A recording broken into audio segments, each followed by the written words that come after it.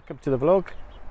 So there'll be a bit more information on our Trent disaster and the sequel to that a little bit later in this video, but on this one I'm returning back to our trip up the River Severn, so which started from Gloucester and went up to Worcester. So the River Severn is 220 miles long. It's the longest river in the country, and it goes from the Welsh Hills all the way down through Midlands and comes out at its estuary at Bristol. And it's also got the third highest tidal range in the world, and it can be up to 14 metres. So when there's a spring tide, you can get what is called a Severn Bore. So this is more prominent where there's like a funneling of the river. So there's certain viewpoints that are well worth to go and have a look at. While we were in the area, we managed to see 3 bores. Now, you get information on these off of websites. They tell you the best places to view and best times to view, and when the bores actually occur. And there's timings on there for each part of the river, and they're usually pretty good. They say to allow, I think it's half hour either side of the time stated. So like I say, we saw 3. The first one we saw was near Seoul Junction, Frampton on Severn, round about where the noose is, and it was only like a grade 2. The river is a bit too wide there, and we could witness it, we could see it, but it wasn't a very dramatic one. So the second one we saw was at a place called Embley, which is a bit further upstream. That was a grade 3, and we did see 3 surfers there. They managed to keep up for some time. You can see that from the footage on the video. But the third one we saw was a grade 4, and which is one of the best ones. And we watched that from a place called Maysmore Bridge, and that was absolutely brilliant. It was very, very dramatic. We saw a line of surfers and canoeists coming towards us. We stood on the bridge, so you see them actually going underneath, and then we ran across the road and we could see them on the other side, going off in the distance up towards Maysmere Weir.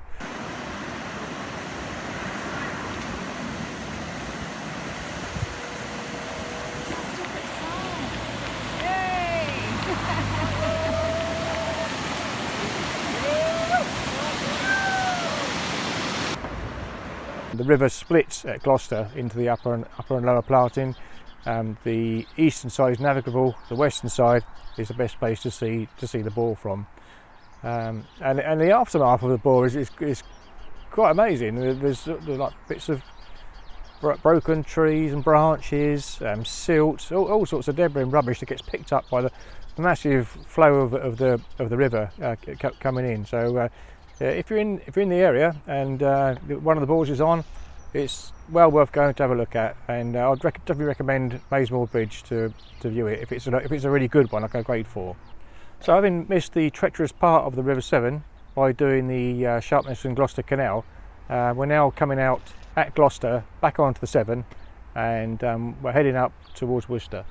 We're going to do a cruise in one day from Gloucester to a place called Lower Lode, which is just south of Tewksbury.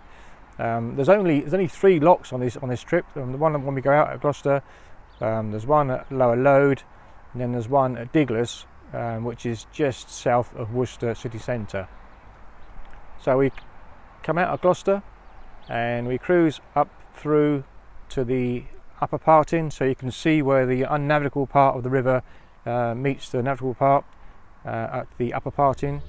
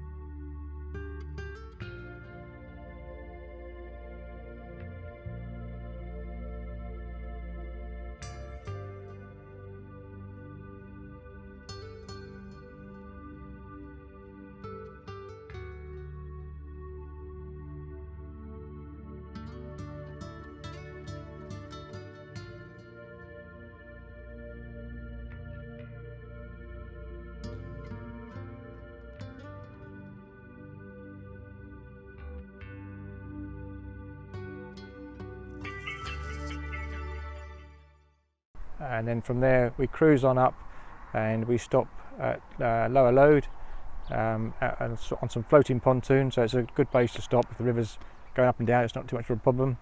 And there's also a pub there, the Red Lion, so that's good news as well.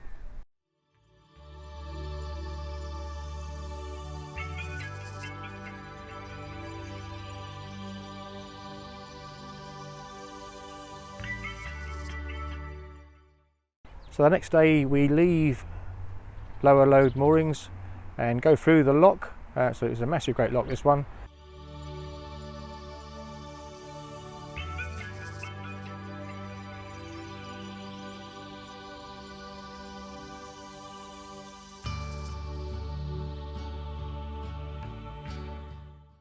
And then on to where the confluence of the River Severn and the River Avon is, so we branch off there.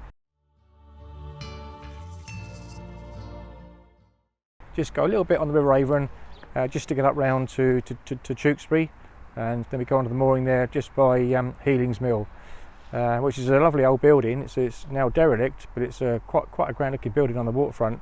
And the proprietor of the mill, Samuel Healing, is actually buried in Tewkesbury Abbey grounds.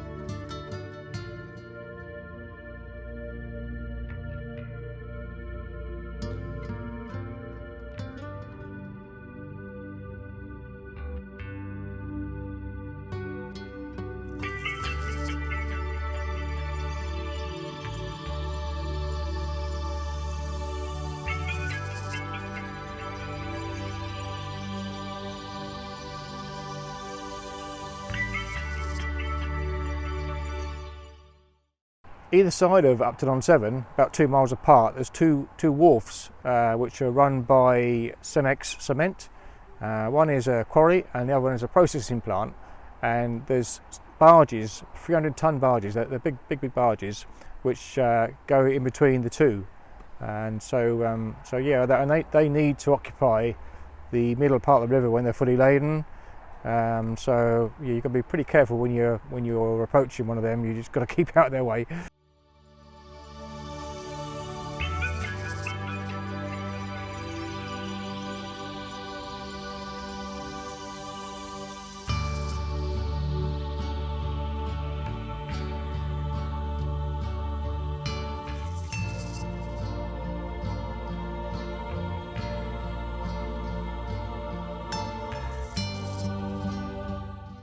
So whilst in Upton on Severn, we did a walk up onto the Malvern Hills, the highest of which is the Worcestershire beacon, which is 425 feet above sea level.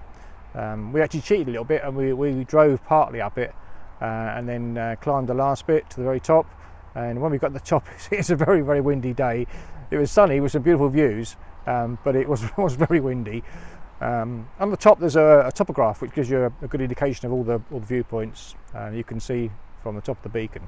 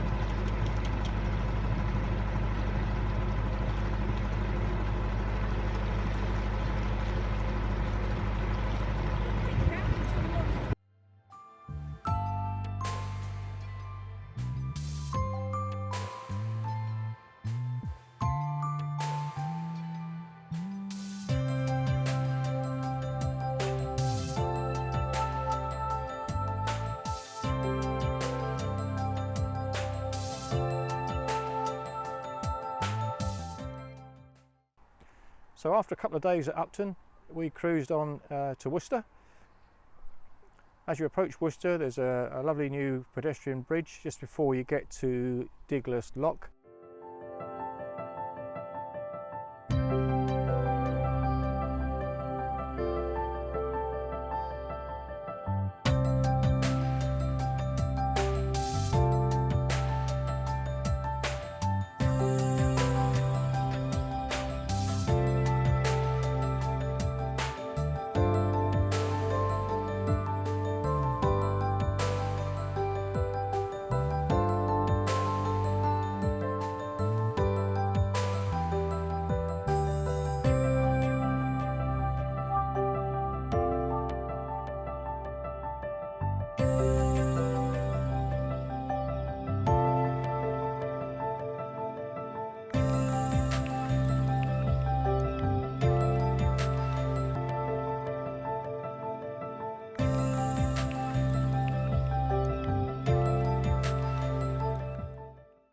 And there's also a new fish pass which is under construction there.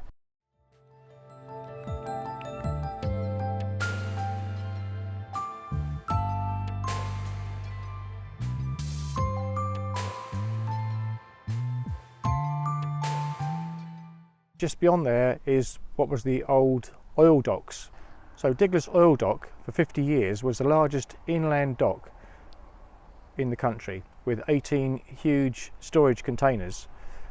So what happened was the oil was brought by barges. These were 450-ton barges, which were seagoing. So they came from Swansea with the oil across the Bristol Channel and up the Sharpness of Gloucester Canal, and then up through on the River Severn. The journey we just taken to the oil docks, and from there onwards it was transported by road throughout the Midlands.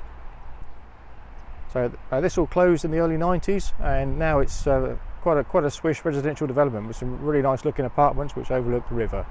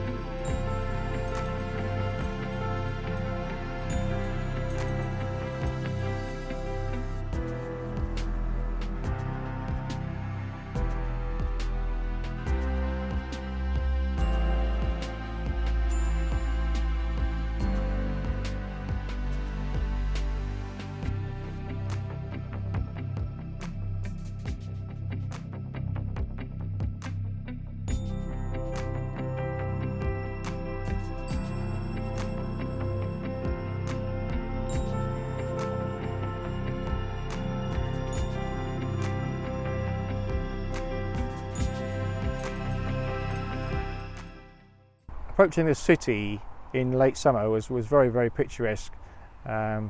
Beautiful water frontage. The cathedral was prominent just above the river, and there's a swan colony on the left hand side as we approach the town bridge.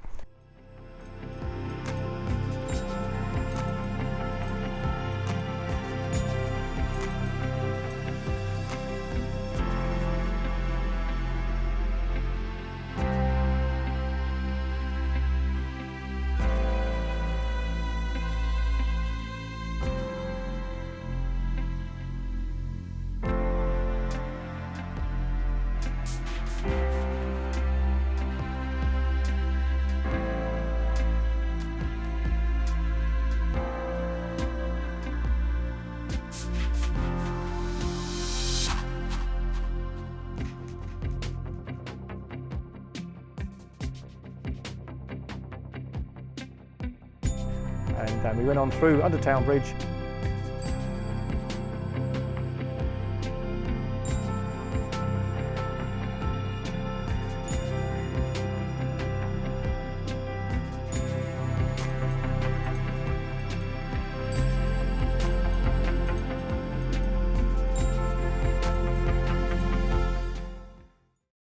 then up under the rail bridge with the massive viaduct and the railway arches.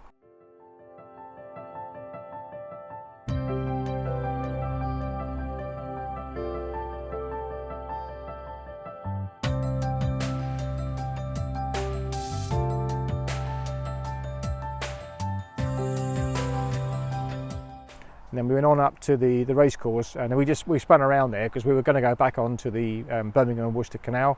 So we spun back round and then down, and we stayed on the visitors' moorings, the CRT, the Canal and River Trust visitors' moorings at Diglis for a couple of days and explored the city.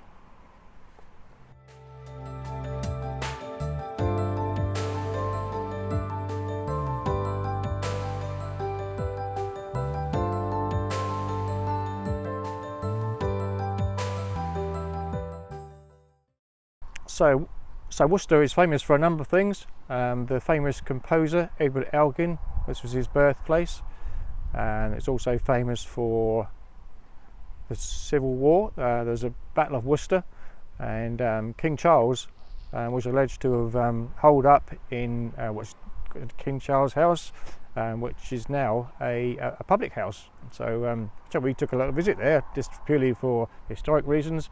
But we did have a drink while we were there. It seemed rude not to. Another thing that Worcester's famous for is Lee and Perrin's original Worcestershire sauce. So this has been made in Worcester since 1837.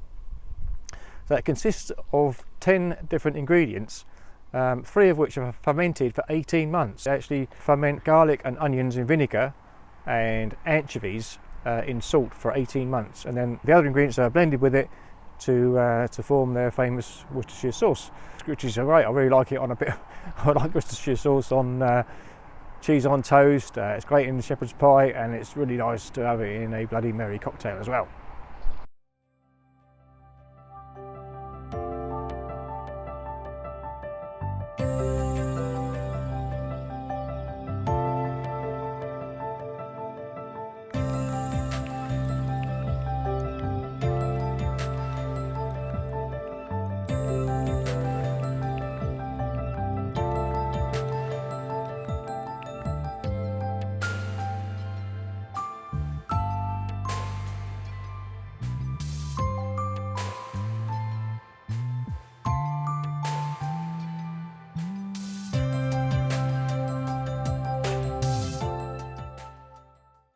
So that's it for this vlog.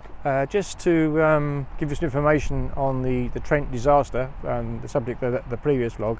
We're still not fixed yet, so we are still stuck in the same place. So I'm hoping that in the next week or so we'll be on the move, and then I'll be able to complete the video and give you the sequel to the disaster that we had. But in the meantime, I'm going to try and get more up to date with the vlogs. We're up to sort of October now in 2019. But I've got quite a few more to do coming up through the Midlands. There's some to go on through Birmingham, out of Birmingham to the west, and then back up through to the Coventry Canal, onto the Trent and Mersey, and then up onto the Trent and the South Yorkshire navigations. So in the next few weeks, I'm hoping to try and get some more of those put onto YouTube so that I can get more up to date with the videos. So yeah, I hope you've enjoyed watching this one, and I'll see you again next time. Thank you.